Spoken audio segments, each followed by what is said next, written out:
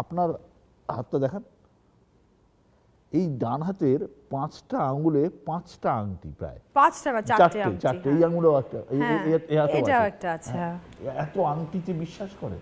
আমি অ্যাস্ট্রোলজিতে বিশ্বাসী, আমি ঠাকুর দেবতাদের ভীষণ বিশ্বাসী, সবকিছুতে আমি বিশ্বাসী। না, ঠাকুর দেবতাদের সবাই আমরাও বিশ্বাস করি, ঠিক আছে, কিন্তু মানে এত আংটি? হ্যাঁ, এতগুলো আংটি অনেকদিন ধরে পরে আছে। কি কাজ? এটা ভালো, এটা ভালো, আমি জানি না। হ্যাঁ, আমার ডায়মন্ড তো ঠিক আছে, আজকে নয়, বিগত প্রায় 30 বছর ধরে ডায়মন্ড পরে আছি। ডায়মন্ড এটা কি বলে? কোনটা? এটা সবুজটা পান না? হ্যাঁ, ওটার কি কাজ হয়? আমার জানা নেই, আমি একটু জানতে চাইছি। একটা একটা করে বলি। পোখরাজ আমাকে সব কিছু ডিসিশন নেওয়া, ঠিকঠাক থাকা, ঠিকঠাক রাখার জন্য, মানে আমি যে কাজগুলো করছি যাতে পজিটিভ হয় সেটার জন্য পোখরাজ। ডায়মন্ড হচ্ছে পপুলারিটি, ওকে। রুবি হচ্ছে শারীরিক দিক দিয়ে আমি যেন সবসময় ঠিকঠাক থাকি, হেলথ ওয়াইজ যেন ঠিকঠাক থাকি। এটা হচ্ছে আমার নাম খ্যাতি যশ, পান্না। নাম খ্যাতি যশ। আর ওই আঙ্গুলে এইটা? এটা ক্যাটসাই। ক্যাটসাই ওভারঅল সব কিছুর জন্য আর কি। এত গার্ড লাগে কেন? এটা বহুদিন ধরে পড়ে রয়েছি, অ্যাস্ট্রোলজি বিশ্বাস করি, এতদিন ধরে পড়িয়ে রেখে, ছোটবেলায় বাবা মারা পড়িয়ে রেখেছিলেন, তারপর থেকে পড়ে আছি আর কি। আমার প্রশ্ন অভিনেত্রী রচনা বন্দ্যোপাধ্যায়ের কাছে। টলিউডে আগে আমরা দেখতাম, আগে শুনেছি, মানে বহু জায়গায় উত্তম কুমারের নামের আগে সুচিত্রা সেনের নাম যেত। নায়িকাদের দাপট কি কমছে? চরিত্র সেরকম ভালো পেলে তখন নায়িকারা কাজ করার সুযোগও পাবে, চরিত্রটাও তো সেরকম পেতে হবে। আপনাকে ভালো লাগছে আপনার সাথে কথা বলে, কারণ আপনি খুব সোজা সাপটা কথা বলছেন। এই অনুষ্ঠানের নামই তো সোজা সাপটা। এই হলফনামা দিতে হয় না নির্বাচনে নাতে গেলে, আপনার হলফনামায় প্রায় আপনার সম্পত্তির পরিমাণ 50-60 কোটি টাকার উপরে দেখাচ্ছে, এবং তা নিয়ে অনেকেই বলছে, আরে বাপ রে বাপ, রচনা বন্দ্যোপাধ্যায় এত বড় লোক, কোটি কোটি টাকা দেখছেন তো, মানে অনেকেই বলছে, আপনার জগতের লোকজনই বলছে, আমাকে অনেকেই বলেছে যে কোটি কোটি টাকা রচনা বন্দ্যোপাধ্যায়, দেখুন আবার রাজনীতিতে চলে এসছে। কি বলবো, আবার হাসি পাচ্ছে না। প্রথমত তো এটা আপনি ভুল অ্যামাউন্ট বলেন, এতখানি এত কিছু নয়, যাই হোক, আর এতটা অ্যামাউন্ট কিছু নয়। আর দ্বিতীয়ত হচ্ছে যে 30 বছর ধরে কাজ করছি দাদা, অনেক পরিশ্রম করেছি, এত ভাষায় কাজ করেছি, সারা ভারতবর্ষে মোটামুটি ট্রাভেল করেছি কাজের জন্যে। এত কিছু করার পরে যদি এইটুকু সঞ্চয় না করতে পারলাম, তাহলে আর কাজ কি করলাম? আর আমি সঞ্চয়ে বিশ্বাসী, আমি নয়, আমার বাবা সঞ্চয়ে ভীষণ বিশ্বাসী ছিলেন। আজকে আমার যে ব্যাংকে 5টা টাকাও যদি আছে, সেটা আমার বাবার জন্য আছে। ব্যাংক অ্যাকাউন্ট খুলে দিল প্রথমেই?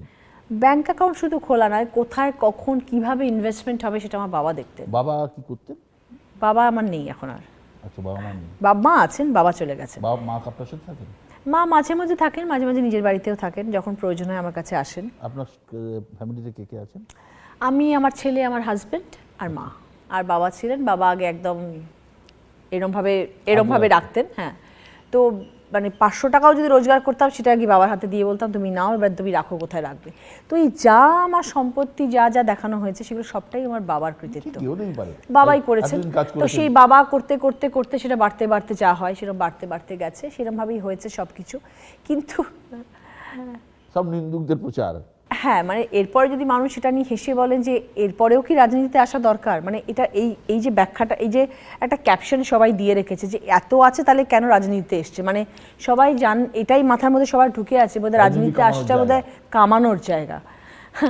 তো এটা একটা বড় চ্যালেঞ্জ আমার কাছে দেখানোর, যে আশা করি রচনা বন্দ্যোপাধ্যায় একা একটা মানুষ, একটা ছেলেকে নিয়ে থাকি। তো আমার মনে হয় না আমার যা আছে এরপরে আমার আরও কিছু মানুষের প্রয়োজন হতে পারে। ছেলে কি করতে চায় জীবনে?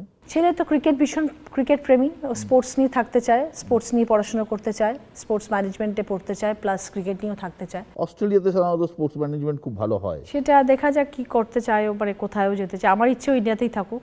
মা হিসেবে কি আপনি খুব পজিটিভ না, যা ইচ্ছা করে করুক? না, আমি ওর উপর ছেড়ে দিয়েছি। দেখুন, আমি আমার যে কেরিয়ার যখন শুরু করেছিলাম, আমি জাস্ট উচ্চ মাধ্যমিক পাশ করলাম, আমি ছবির জগতে চলে এলাম।